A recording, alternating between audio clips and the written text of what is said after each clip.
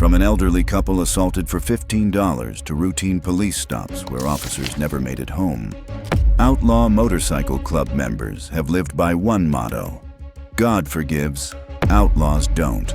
That single line has become one of the most infamous quotes in biker gang history. Let's dive in. Harry Joseph Taco Bowman. Harry Joseph Taco Bowman was among the FBI's 10 most wanted fugitives, and in 1999, agents raided a quiet Michigan home and finally took him down. But the story of how Bowman earned that spot runs deeper than a simple arrest. In 1991, Bowman gave the order to kill Raymond "Bear" Chaffin, a former outlaw who left the club for the Warlocks and sided with the Hells Angels. To Bowman, it was betrayal. He picked Alex "Dirt" Ankerick to fix Raymond. The plan was clear: win Chaffin's trust, then kill him at the right time. Ankerick followed through. He gained Raymond's trust successfully. He even stayed at Chaffin's house, and when he got the chance, he pulled the trigger. 4 quiet shots to the back of Chaffin's head ended his life. To ensure the message was heard, newspaper clippings of the murder were sent to outlaw chapters across the country, much like trophies, and as a reward, Ankerick earned his full patch in the club. But Bowman's violence wasn't only for rivals, he turned it on his own men too. During Daytona Bike Week in 1992, former Outlaws probate Erwin "Hitler" Nissen made the mistake of fighting with the Outlaws' Atlanta president James "Moose" McClain. The next morning, Bowman had him dragged into a motel room. After a round of kicks and punches, Bowman gave the order to get rid of him. Nissen was thrown off a 3-story balcony. He lived, but with broken bones and scars that stayed with him for life. And when someone tried to snitch, Bowman showed the same ruthlessness. In 1993, Kevin "Turbo" Talley was arrested in Canada and forced to sign a statement admitting the Outlaws were a criminal enterprise. When Bowman found out, Talley was lured to Detroit, locked in the clubhouse, and confronted face-to-face, and days of intimidation followed before he was sent back to Florida under threat of a savage beating. Knowing what awaited him, Talley quit before Bowman could finish the job. But what made Bowman's era so dangerous wasn't just the number of lives lost. It was how he turned the Outlaws into a war machine. Under him, kidnappings, killings, and bombings spread across state lines. Bowman was brutal to his own men, but a few years later, another name rose, one who didn't even spare the elderly. With him, every room he entered turned into a battlefield. Randall "Madman" Miller. In 1993, over a $15 pocket change dispute, Randall "Madman" Miller and his accomplice murdered 74-year-old Morris Gager and his wife, Ruth, in their workshop in Illinois. And without any suspicion, they got away with murder. But what happened next to the Gager family was beyond anyone's imagination. The horror didn't end with the demise of 2 family members. Gager's son, Gary Gauger, who made the 911 call and reported murders to the police, came under investigation, and soon the police convicted him of double homicide. Under pressure, he gave a false confession and was sentenced to death for killing his own parents. He spent 2 years in prison and 9 months on death row. He sat on death row awaiting execution until, in a twist of fate, Miller's accomplice finally came forward in court and told the truth. What makes Miller's crime so horrible wasn't just the brutality, but also the fallout.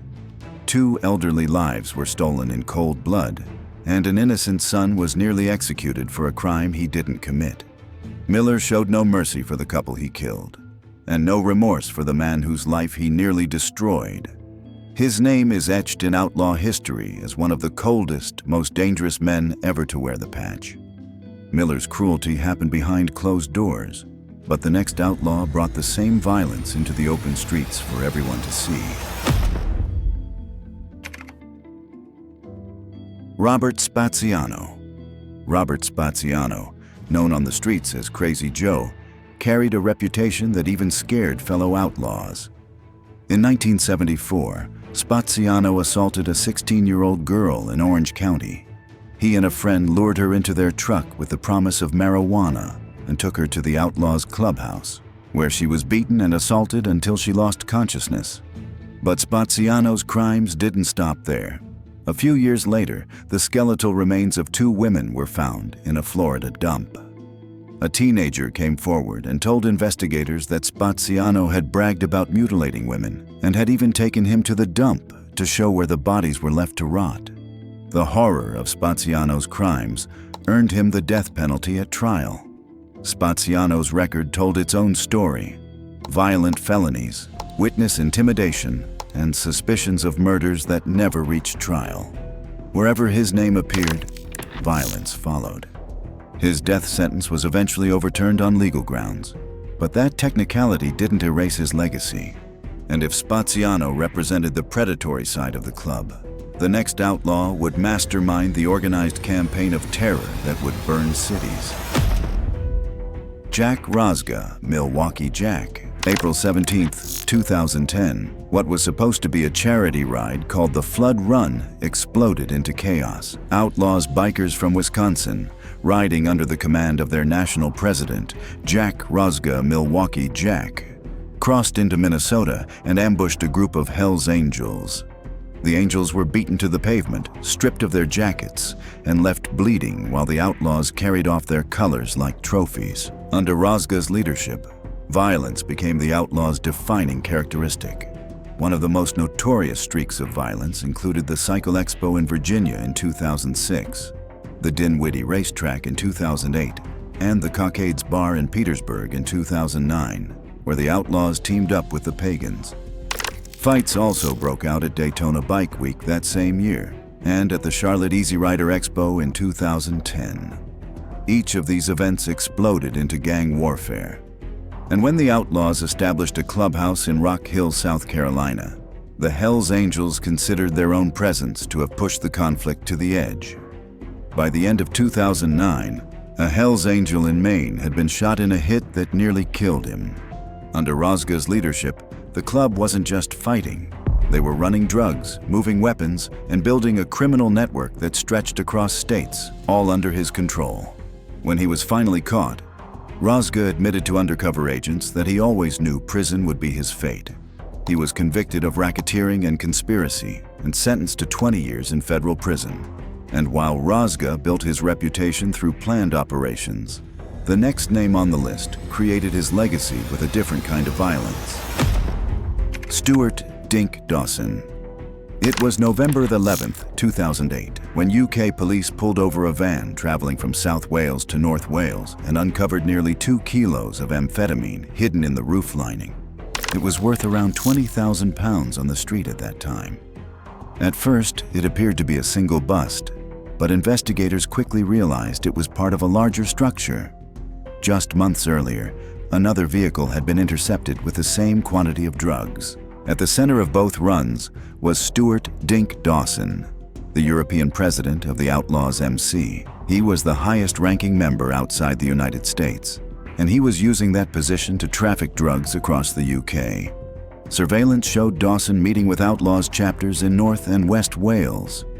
It was Stuart who was arranging shipments, setting deals, and maintaining the supply chain.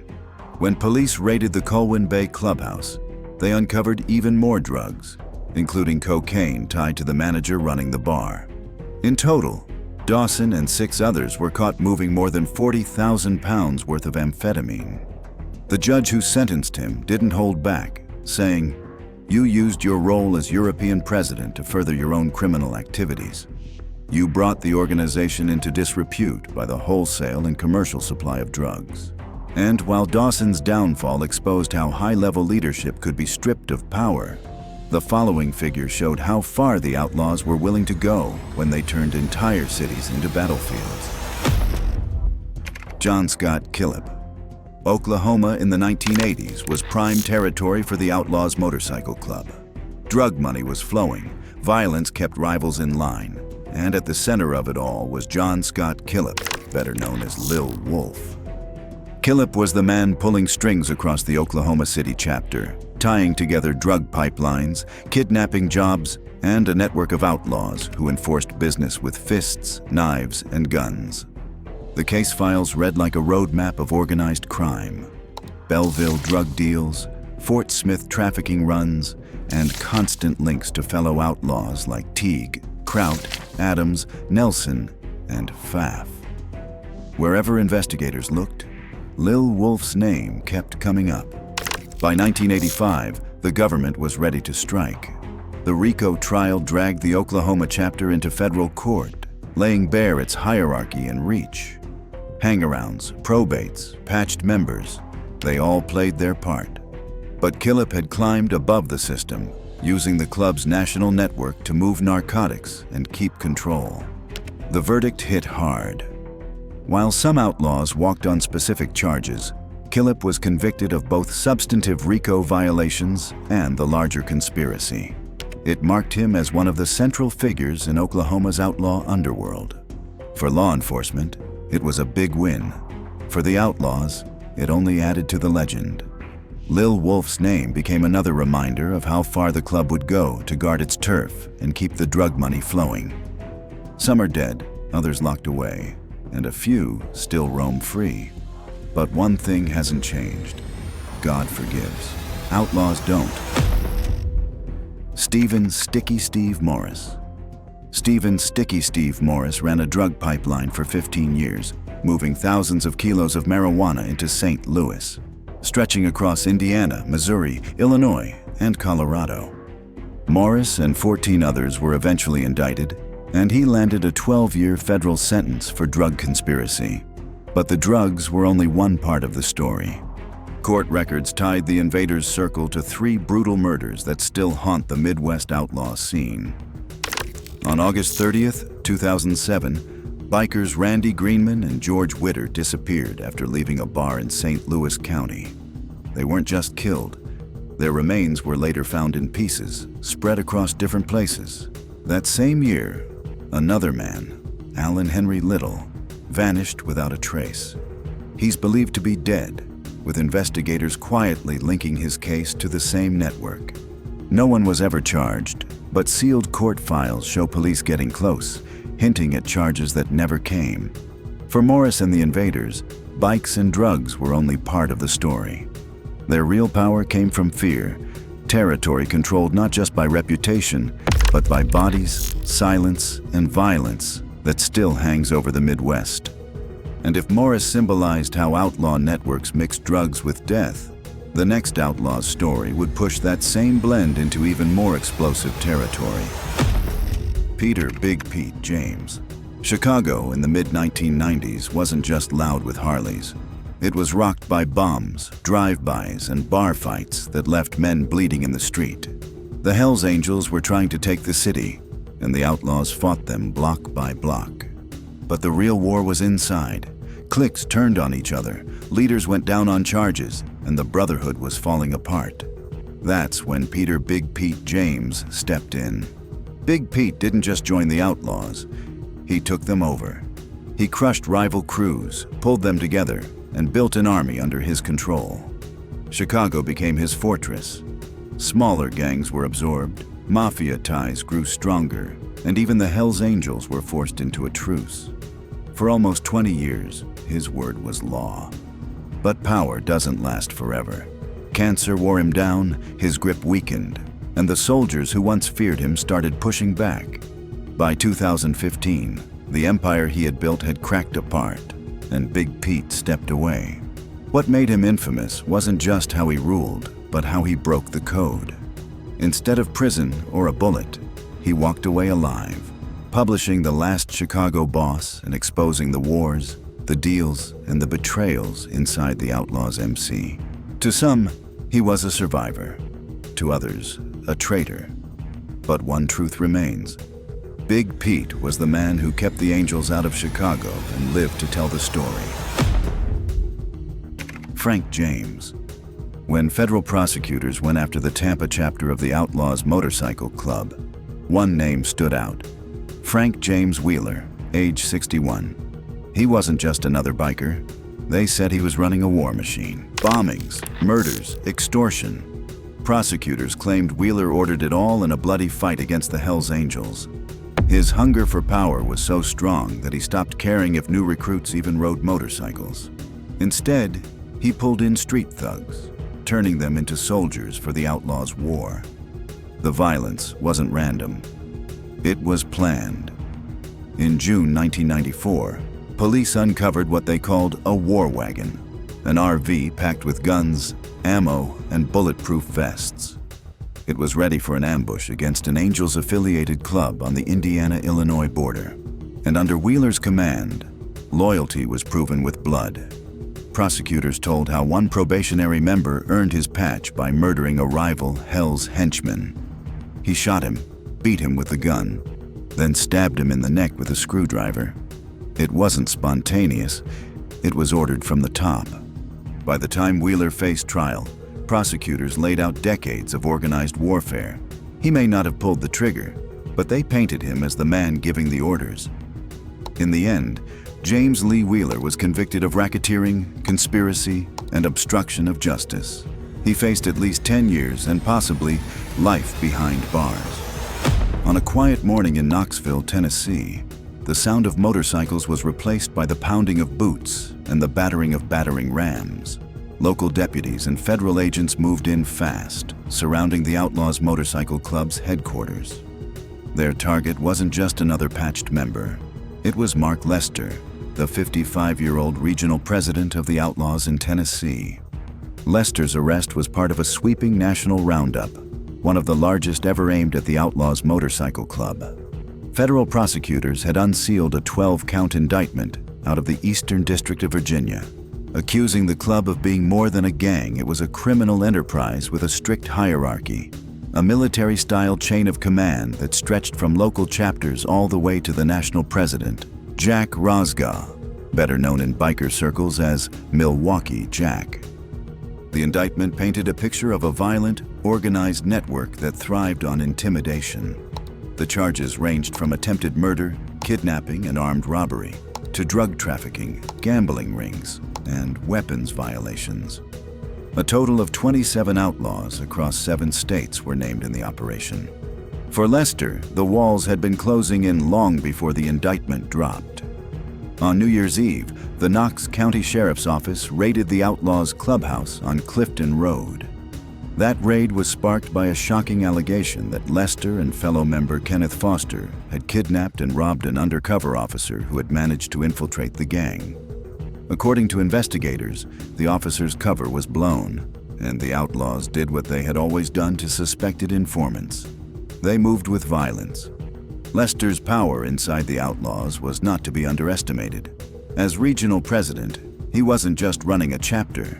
He was overseeing multiple crews across Tennessee, giving orders that filtered down into drug pipelines, weapons movement, and violent enforcement. His reach extended from local bars and back roads to interstate operations, where outlaw bikers moved product and laundered cash while keeping rivals in check with fists, knives, and guns. Jack Rosga at the top, regional bosses like Lester holding the middle, and local presidents managing the ground level. The Outlaws were run like a business, a criminal corporation whose product was drugs, fear, and control. And as prosecutors told it, men like Lester were the key to keeping that system intact. For law enforcement, it was proof that even the most insulated leaders could be reached. For the Outlaws, it was a dangerous crack in the chain of command. Yet, like so many cases against the Outlaws, Lester's story didn't end with his arrest. The charges were only part of a much larger effort to dismantle the club's national infrastructure. Federal agents knew that locking up men like Lester wasn't just about punishment. It was about cutting the head off the snake, one regional boss at a time. But with leaders like Mark Lester taken down in coordinated raids, the balance of power was shifting. The Outlaws had built their empire on loyalty, violence, and silence. Now, one of their highest-ranking men in Tennessee was behind bars, and the brotherhood he helped enforce was under siege. Some leaders died in gunfights, others rotted in prison, and a few, like Big Pete, walked away to tell the tale. And if you thought their wars on the streets were explosive, wait until you see what happens when these bikers face their toughest battlefield of all, the courtroom.